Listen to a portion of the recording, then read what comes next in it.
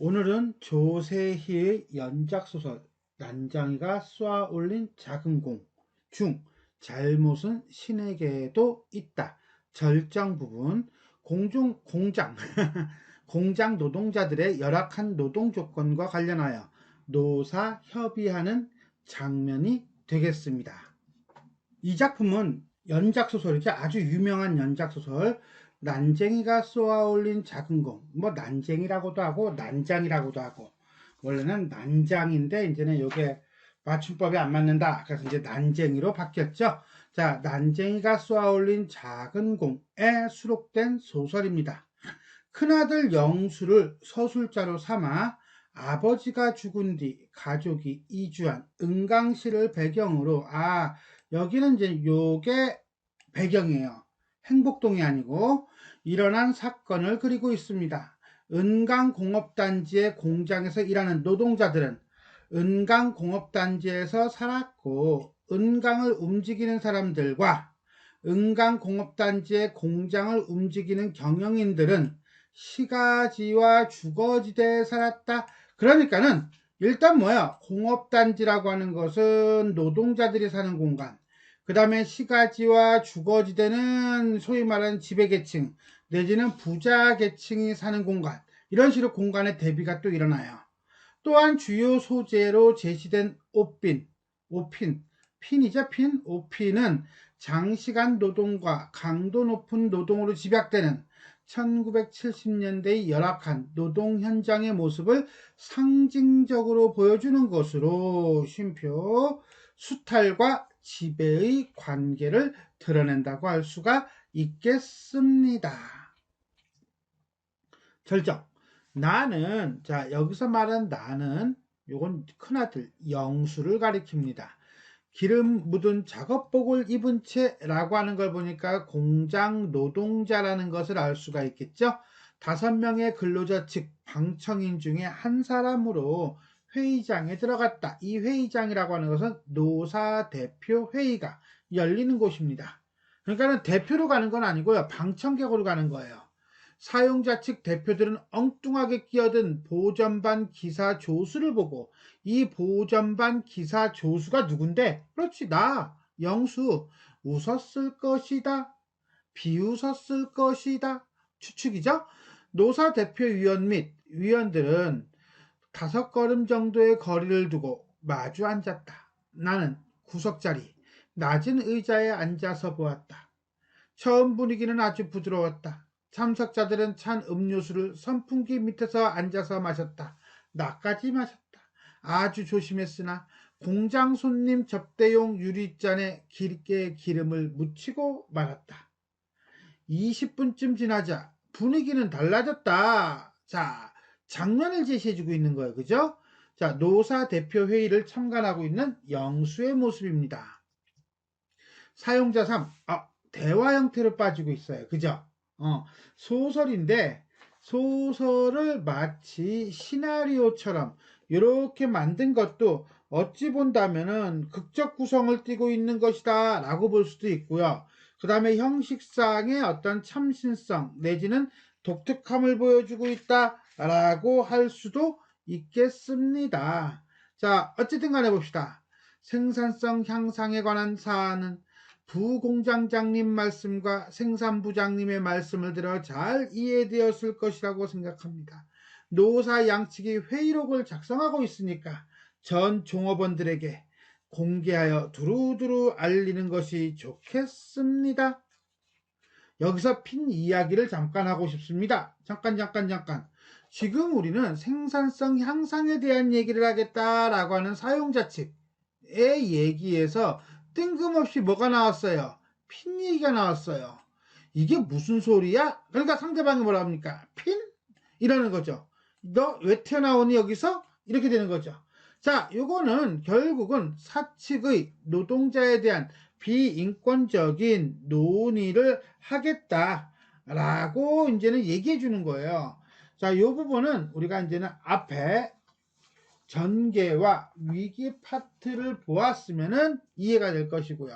그렇지 않았으면 요거는 안 돼요. 조금 뒤에 가서 차근차근 보는 것도 나쁘지는 않을 겁니다.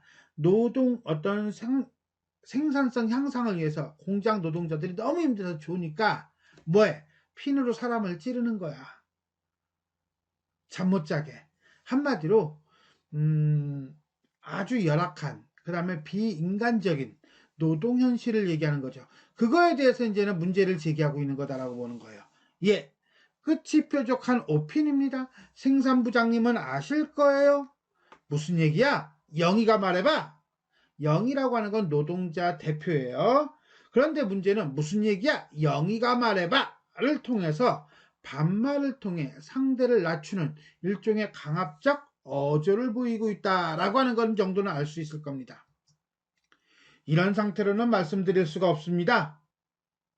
왜?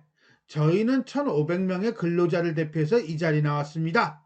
라고 하는 요 말을 통해서 우리는 이런 상태라고 하는 게 어떤 상태냐, 위에 있는 영희가 말해봐 하고 연결시켜야죠. 한마디로 회의 상대를 존중하지 않는 태도다 라고 보시면 돼요.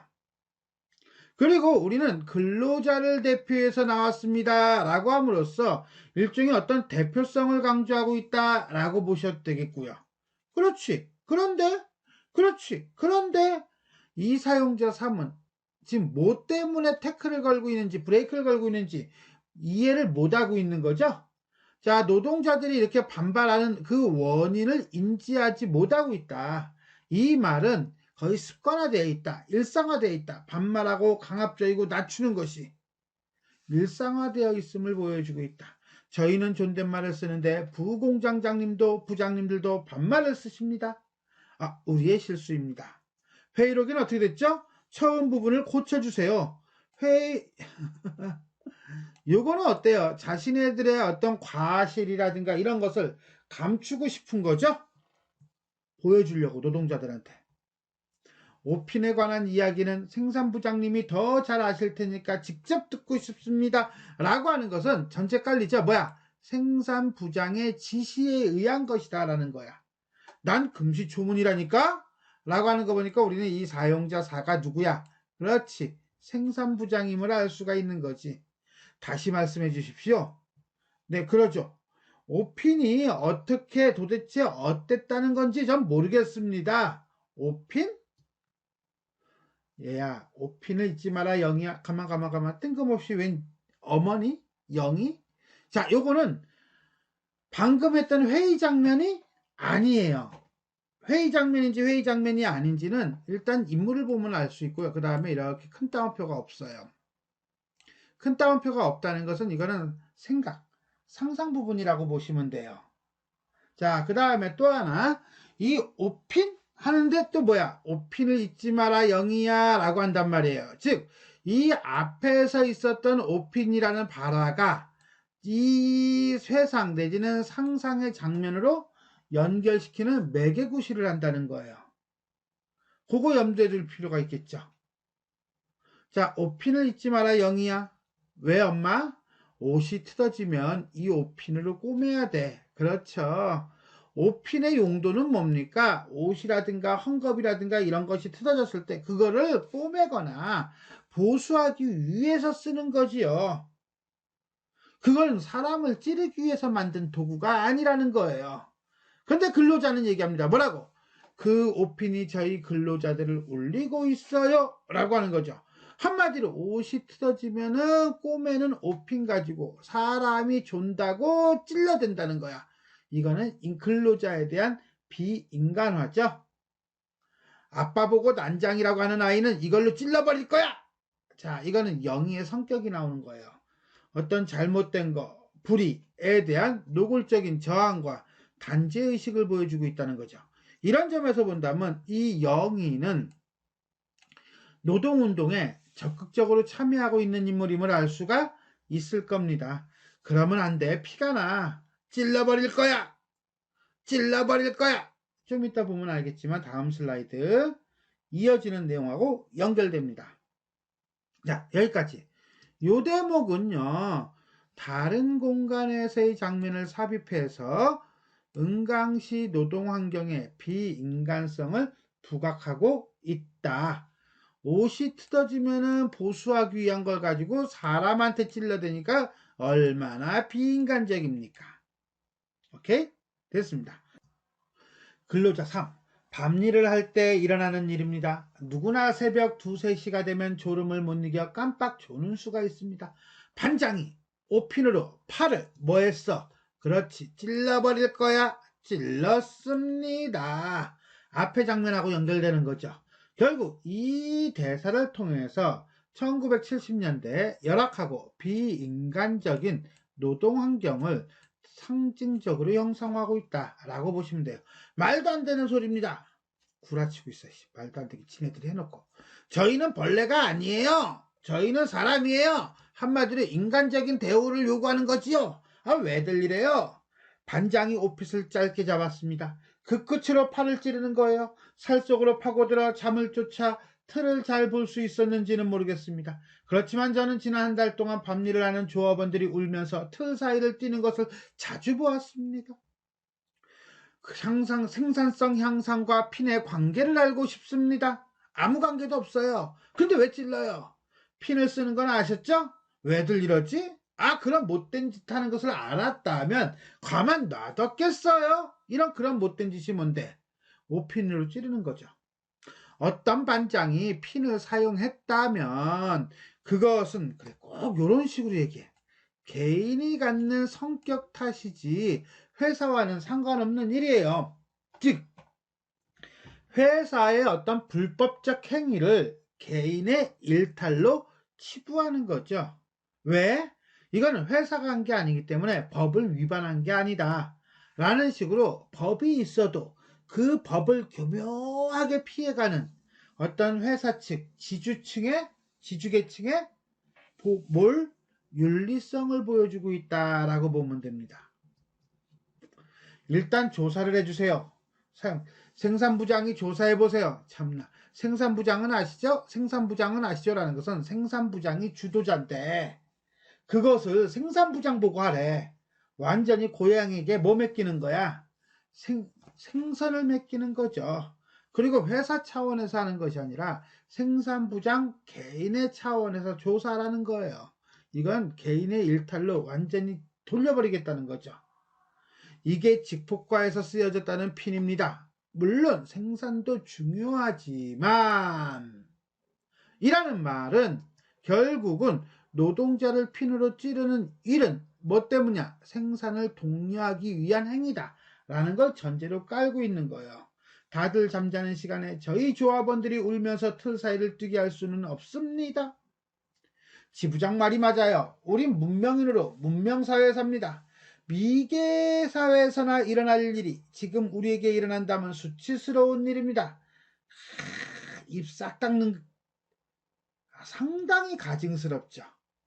여러분들이 이미 알고 있는 대로 우리 공장은 폭행, 협박, 감금, 기타 정신 또는 신체의 자유를 부당하게 구속하는 수단으로 근로자 여러분들의 자유의사에 반하는 근로를 강요하고 있지 않습니다.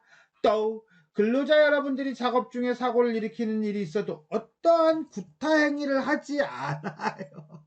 우리는 거꾸로 이해하면 될 것 같습니다. 그죠? 상당히 가증스럽다.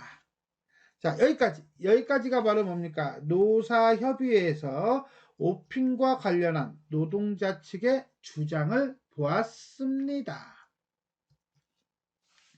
이를 말씀드려야겠지만 우선 다른 사항이 있기 때문에 그냥 넘어가겠습니다. 그러시면 안 돼요. 말해봐요.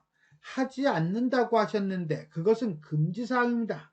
자, 하지 않는다. 앞에서 좀 전에 우리는 하지 않습니다 라고 했는데 그것은 하지 않고 하고의 문제가 아니야. 무조건 해서는 안 되는 거야. 금지사항이야 라고 상대의 주장에 대해서 논리적으로 반박하는 거예요.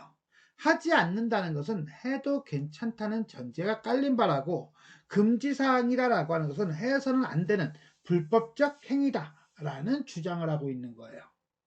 우선 협의할 안건이 있어서 지금은 말씀을 안 드리겠어요. 금지사항이, 그러니까 노동자 측은 꼭 금지사항이라고 하는 것을 명확하게 얘기하고 있죠. 그죠? 안 지켜지고 있는 것이 많아요. 모든 걸 법대로 하자면 은강에서 돌아가는 기계들은 대부분 지금 세워야 됩니다. 그럼 세워야지. 왜? 법대로 안 한다는 얘기잖아. 근데 이걸 사용자 측이 얘기하는 건 뭡니까? 그렇죠. 현실과 법은 다르다. 라고 하는 전제로 용인해 줄 것을 요구하는 거예요. 우리가 불법적인 걸 하더라도 니네들은 참아라. 이런 거죠. 이런 무슨 개수알로브 자식. 이런 경우가 다 있습니까? 그죠?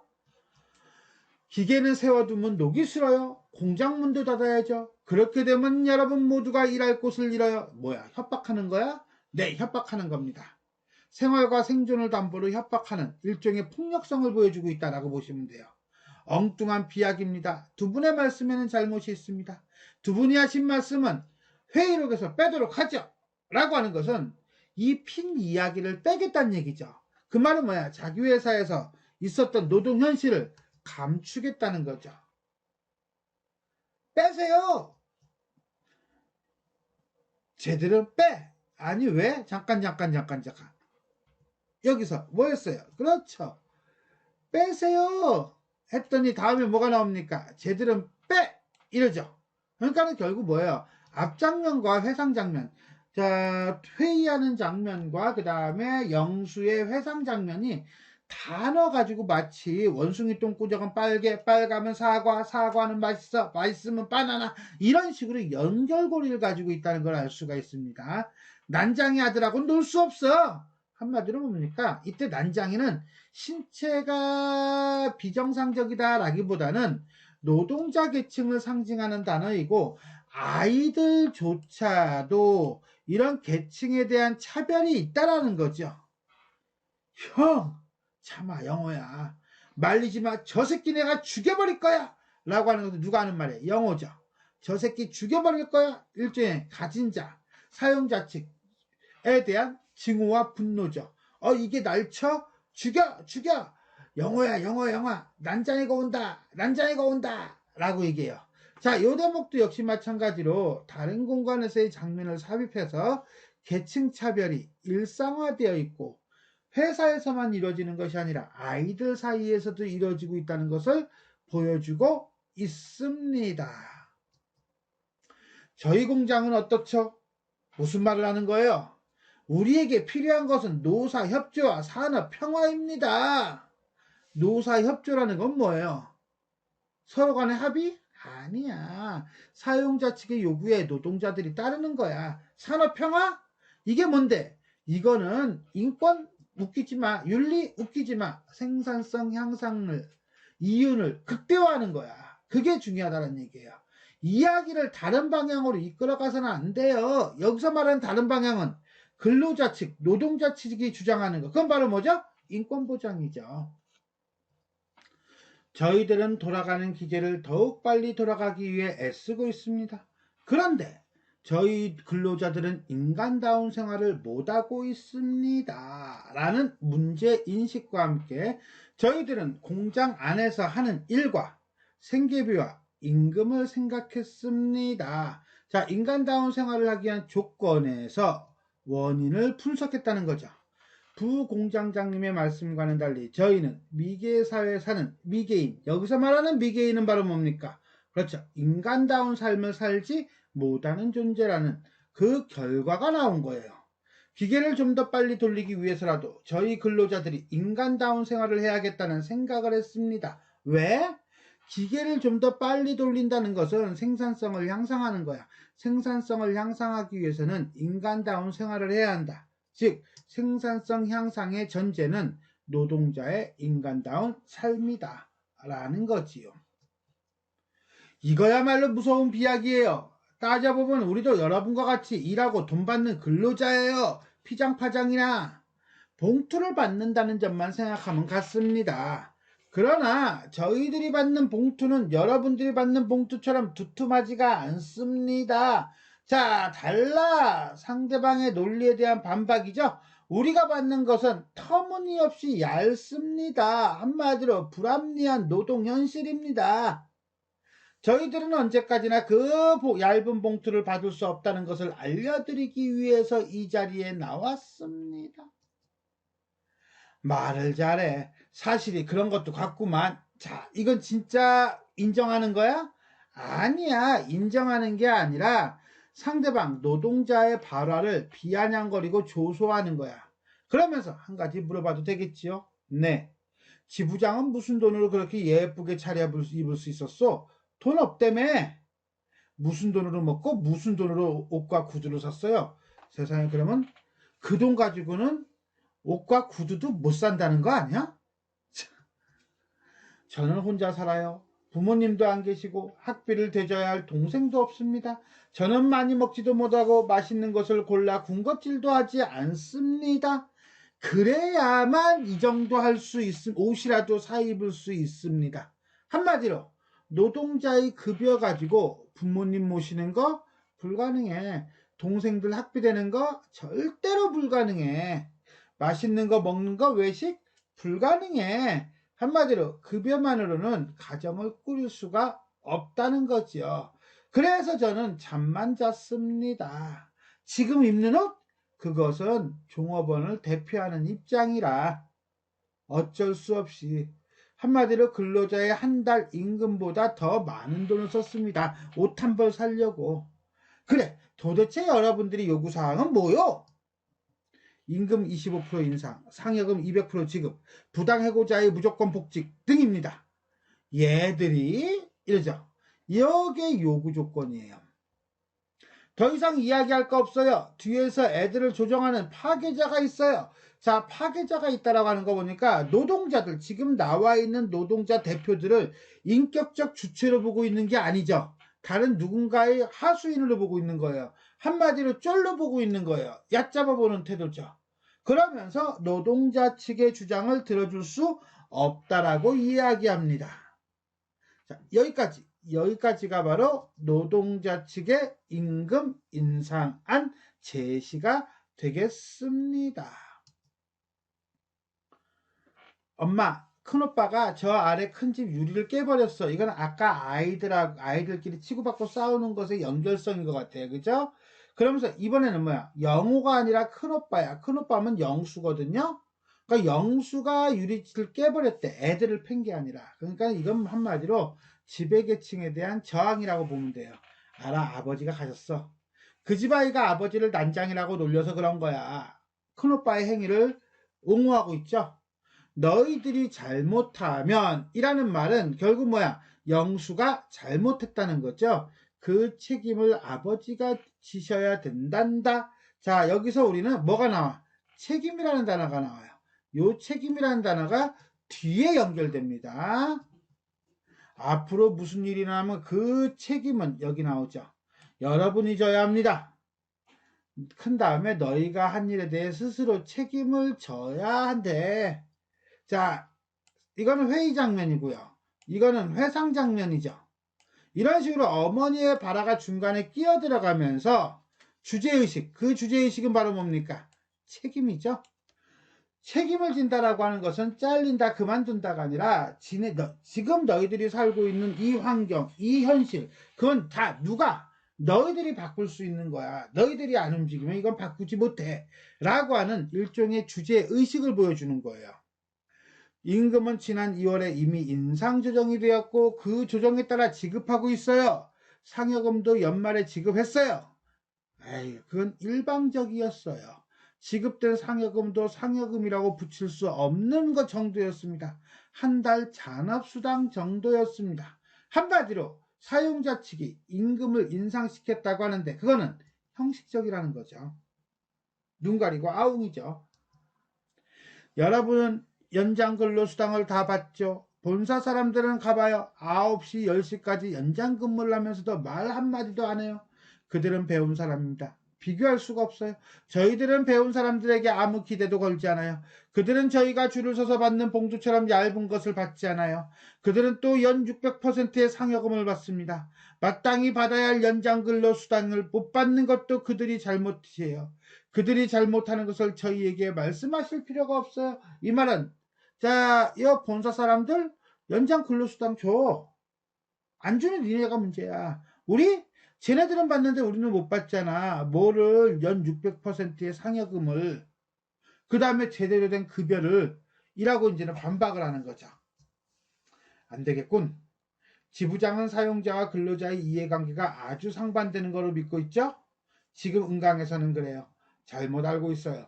사업이 잘 되면 이익을 보는 것은 여러 근로자들이에요. 근로자들만의 이익이 돼서는 안 됩니다. 노사 간의 이익이 돼야 됩니다. 그것이 저희들의 이상이에요. 한마디로 노동자들이 생각하는 이상적인 노사관계는 사용자만 이익을 취하는 것도 아니고 노동자만 이익을 취하는 것도 아니고 다 같이 이익을 취해야 된다라고 하는 거죠. 이 말은 결국은 지금 사용자들이 이익을 안 취하나? 이익을 취하고 있지. 즉 사용자들이 부당한 이익을 취하고 있다는 거예요.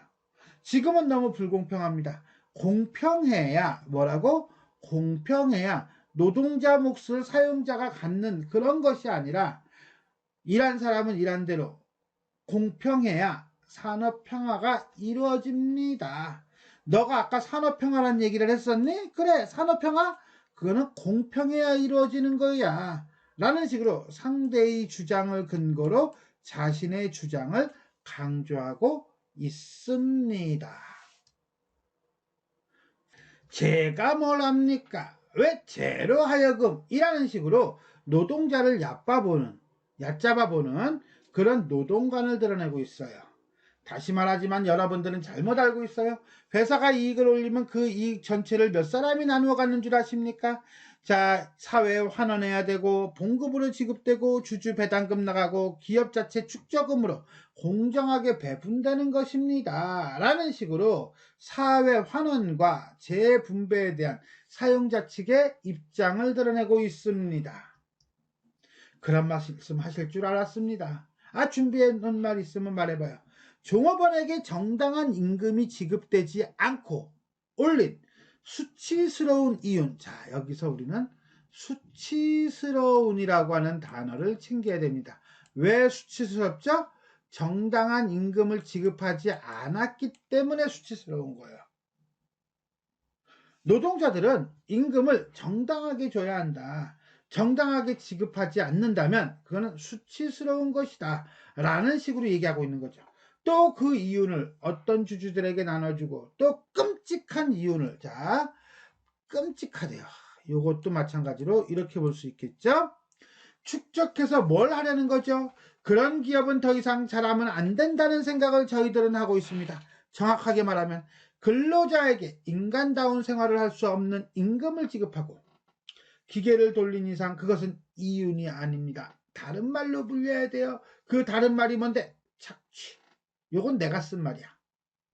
자, 여기서 우리는 노동자 측의 어떤 노동의 정의가 나타나고 있고요. 그 다음에 사용자 측이 아까 얘기했던 주장이 부당하다는 것을 언급하고 있는 것입니다. 얼마 전에 우리 회장님께서 불우한 사람들을 위해 해마다 20억 원을 내놓으시겠다고 하신 기사를 신문에서 읽었습니다. 그걸로 급여나 주지. 신문기자들 앞에서 웃고 계신 회장님 사진도 보았습니다. 부공장장님 말씀대로 뭐 했다면? 공정했다면 있을 수 없는 일입니다. 그렇게 이윤이 남을 공정하다는 것은 이윤을 모든 사람들에게 한마디로 여기서 말하는 모든 사람들은 공장 근로자들에게 공정하게 나눠줬다면 이게 불가능하다. 여러 공장의 근로자들에게 먹고 자고 일만 하다 해고통지 받으면 나가라고 일방적인 희생을 요구하는 기업이 새삼스레 사회에 뭘 내놓겠다는 것인지 그것은 무엇입니다? 기만입니다. 국민의 지탄을 피하려는 속임수에 불과해요. 저희들은 회장님이 설립하신 사회복지재단의 이사명단도 구해봤습니다. 그분들에게 기대를 걸어보고 싶었습니다. 왜? 복지재단이잖아. 근데 아니야. 그네들은 우리 사정을 전혀 몰라. 전혀 모른다는 걸 우리를 도와줄 사람들이 아니라는 거지요. 만약 그분들이 정말 훌륭한 사람들이라면, 우리를 도와줄 사람들이라면 먼저 불쌍한 근로자들에게 나누어주고 다른 돈으로 사회에 환원하라고 했을 것입니다. 보세요. 용서할 수가 없습니다. 제발 가만히 계세요. 지부장, 그 노트 우리에게 넘겨요. 요구사항이 있는 거. 그래 끝냅시다. 안 들어줄 거잖아. 요구사항에 대한 답변은 언제 주시겠습니까? 아, 기다리지 말아요. 모든 걸 부정적인 눈으로 보는 사람들에게 우린 줄 거 없어요. 여러분이 왜 우리의 발전을 부정하는지 알 수가 없습니다. 라는 식으로 노동자 측의 요구에 대해서 반발을 하고 있는 거죠. 그렇지 않습니다. 산업전선에서 일하는 사람들이 바로 저희 근로자들이에요. 만약 그 혜택을 우리에게도 돌려야 된다는 거죠. 만약에 다만 건강한 경제를 위해 왜 저희들이 약해져야 합니까? 아, 시간이 지나면 다 해결돼요. 우리는 기다렸습니다. 저것들은 감옥에 나가야 될 거야. 그 말이 맞습니다. 애들이 지금 밖에 몰려 있어요. 애들은 이미 법을 어기고 있어요. 아니에요. 궁금해서 모여서 있는 거예요. 서로 무슨 일이 일어난다 해도 저희들은 하나를 잘못하게 되는 겁니다. 하지만 사용자는 달라요. 저희가 어쩌다 하나인데 비해 사용자들은 10조항, 100조항의 법을 어기고 있습니다. 한마디로 우리는 모인 것 자체가 위법? 너희는 위법 엄청나게 많잖아. 문 닫으세요. 양쪽 문 다 닫읍시다. 애들을 내보내면 안 돼요. 요게 또 뒤로 넘어가면서 이렇게 빠져요. 당분간 내보내지 말아요. 연결맥이죠. 큰오빠가 뭘 잘못했어? 아버지와 어머니의 결정에 대한 반발이에요. 잘못한 건 그 집 아이야. 그 집 아이가 뭘 잘못했니? 아버지를 난장이라고 놀려댔어. 이게 그 집 아이가 잘못했다는 거죠. 한마디로 문제의 원인이 누구에게 있다? 그 집 아이에게 있다는 거예요. 그 아이는 돌멩이를 던져 우리 집 창문을 깨뜨리지는 않았다. 자, 영희는 원인을 중시하고 있다면 아버지는 결과를 중시하는 거죠. 그 아이에겐 잘못이 없어. 왜? 아버지는 애진혁의 난장이야. 라고 이야기하고 있습니다. 자, 여기까지는 노동자 측의 임금 인상안에 대한 사용자 측의 반발을 드러내고 있습니다. 그래서 나는 사흘 동안 밖에 나가 놀 수가 없었다. 일종의 체벌이죠. 나는 어머니 실패해서 바느질 바늘을 꺼내 낚시 바늘을 만들었다. 불에 달고 끝을 정확히 꼽으려 만들었다. 실을 두 겹으로 꼬아 초를 먹이고 그 끝에 바늘을 달았다. 어머니가 나가 놀아도 좋다고 한 날 나는 뒷산을 올라갔다. 그리고 낚싯대를 만들었다. 그의 가뭄이 들었다. 그애도 라고 하는 거 보니까 역시 과거의 상임을 드러내요. 아버지는 날마다 펌프 일을 나갔다. 방죽물도 바짝 줄었다. 나는 방죽 중간쯤에 들어가서 낚시질을 했다. 내가 낚아 올린 붕어는 벽돌 공장 굴뚝 그림자 속에서 팔딱팔딱 뛰었다. 아버지가 당신의 입으로 난장이라고 한 말은 나는 그래서 꼭 한 번 들었다 라고 하는 것은 일상생활에서는 아버지가 스스로 자기 자신이 난장이라고 생각하지는 않았다는 거지요. 어머니는 펌프가에 앉아 보리쌀을 씻다 말고 부엌으로 들어갔다. 나에게 무슨 일이 있었다면 어머니까지 돌아갔을 것이다. 나는 그날 밤 늦게 집으로 돌아갔다. 라고 하면서 과거에서 현재로 이 대목은 넘어가는 장면이에요. 근데 이게 잘 연결이 딱 구별되지는 않죠. 그래서 이게 과거의 사건인지 현재의 사건인지 헷갈려. 그건 결국 뭐야? 독자의 이해를 딜레이 시키고 있다라고 볼 수가 있겠습니다. 은강 전체가 저기압권에 들어 숨을 쉬기가 매우 어려운 밤이었다. 공간적 배경인 은강시의 어떤 암울하고 그 다음에 인물에게 압박을 주는 그런 분위기죠. 어머니는 꼼짝 않고 앉아 있었다. 먼저 영희에 대해 영희가 누구냐고요? 이 영희는요 아까 그 노동자 회의 때 있었던 노동자 대표예요. 어머니는 영희에게 했던 것처럼 영익에게 여자가 가져야 할 가족과 가정에 대한 전통적 의무가 어떤 것인지를 이야기하고 싶어 했다. 자, 여기서 우리는 어머니의 성격, 캐릭터가 어떻습니까? 그렇죠. 전통적이고 수능적이죠. 영희가 얼마 동안 고생을 하게 될런지 나는 알 수가 없었다. 영희의 흰 원피스는 그날로 더러워졌다. 결국 뭐야? 이 회의 끝나고 난 다음에 영희는 사용자 측에 의해 부당한 폭력을 당했음을 암시하고 있습니다. 희는 하룻밤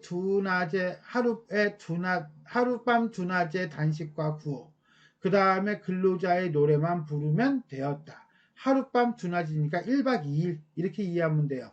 결국 영희도 노동운동에 참여를 하게 되었네요. 나는 혼자 돌아왔다. 나는 그날 밤 아버지가 그린 세상을 다시 생각했다. 아버지가 그린 세상은 어떤 세상인데, 사랑이 이루어지기 위해서는 법으로 규제를 해야 된다는 그런 세상이죠. 결국은 이 말은 법과 권력의 정의는 노동자들에게 있지 않고 그것을 제정하고 활용하는 사람들, 즉 배운 사람들로 간주되고 있는 자들에 의해 교란되고 있다는 인식이 들어가고 있는 거예요. 자, 여기까지를 절정으로 삼았습니다.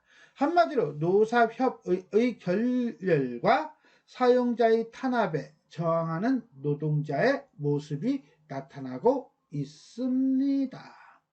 자, 여기서 우리가 좀 봐야 될 게 조금 길긴 한데 요거예요. 양측의 대립, 양상과 그 다음에 영수의 자각입니다. 우리에게 필요한 것은 노사협조와 평화입니다 라고 했더니 노동자는 뭐라고 해요? 공평해야 산업평화가 이루어집니다. 즉 근로자, 노동자 측이 산업평화 자체를 부정하는 것은 아니에요. 이런 점에서 본다면 사용자 측과 근로자 측은 모두 산업평화라고 하는 공동의 목표를 가지고 있다고 할 수 있습니다. 그러나 사용자는 법대로 한다면 은강에서 돌아가는 기계들을 전부 세워야 된다. 그러면 여러분들이 일할 곳을 잃어버린다. 라는 식으로 얘기하면서 어떤 경제적 이익을 추구하기 위해서는 불법적 행위도 해야 한다. 라고 하는 거죠. 일종의 합리화예요. 요거가 되겠죠. 그 다음에 생존권을 담보로 자신의 주장을 관철하려고 하고 있다는 것은 요게 되겠죠. 또 한 번 이런 얘기도 합니다. 기업의 이유는 사회로 환원되고 종업원의 봉급은 지급되고 주주 배당금으로 나가고 기업 자체 축적금으로 공정하게 배분되는 겁니다. 라고 얘기하면서 자, 지금 회사가 하는 일들은 전부 다 정당하다라고 주장하고 있는 겁니다. 이에 대해 근로자들은 뭐라고 합니까? 기계를 좀 더 빨리 돌리기 위해서라도 산업혁명? 산업화? 그래, 생산성 향상? 그래, 그걸 하려면 인간다운 생활을 해야 돼. 즉 인권이 전제되어야 생산성을 향상할 수 있다 라는 식으로 얘기하면서 사용자 측을 반박하고 있는 거죠. 또 이런 내용도 있었습니다. 근로자에게 인간다운 생활을 할 수 없는 임금을 지급하고 기계를 돌린 이상 그것은 이윤이 아닙니다 라는 식으로 얘기해서 인간다운 생활을 할 수 있는 임금을 지급하는 것이 노동정의다 라고 얘기하며 사용자 측의 이윤 축적 행위를 비판하고 있다 라고 볼 수가 있습니다. 결국 이러한 토론 과정을 지켜본 영수는 그동안 영수는 이성의 자유로운 사용을 통해서 이상적인 사회가 만들어질 수 있다라고 생각을 했는데 가만히 생각해 보니까 자본가의 몰 윤리성과 착취의 상황을 아무리 공격을 해도 얘네들은 이성이라는 게 없어. 그리고 법과 권력과 폭력을 교묘하게 활용해서 요구를 봉쇄하거나 압살해버립니다.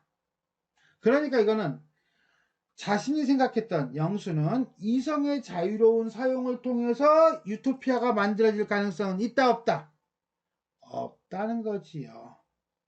결국은 아버지가 주장했던 법을 사용하여 사랑을 부정하는 일을 단죄해야 한다 라고 생각하게 되었고 아버지의 이러한 주장이 옳다라고 생각하게 된 것입니다.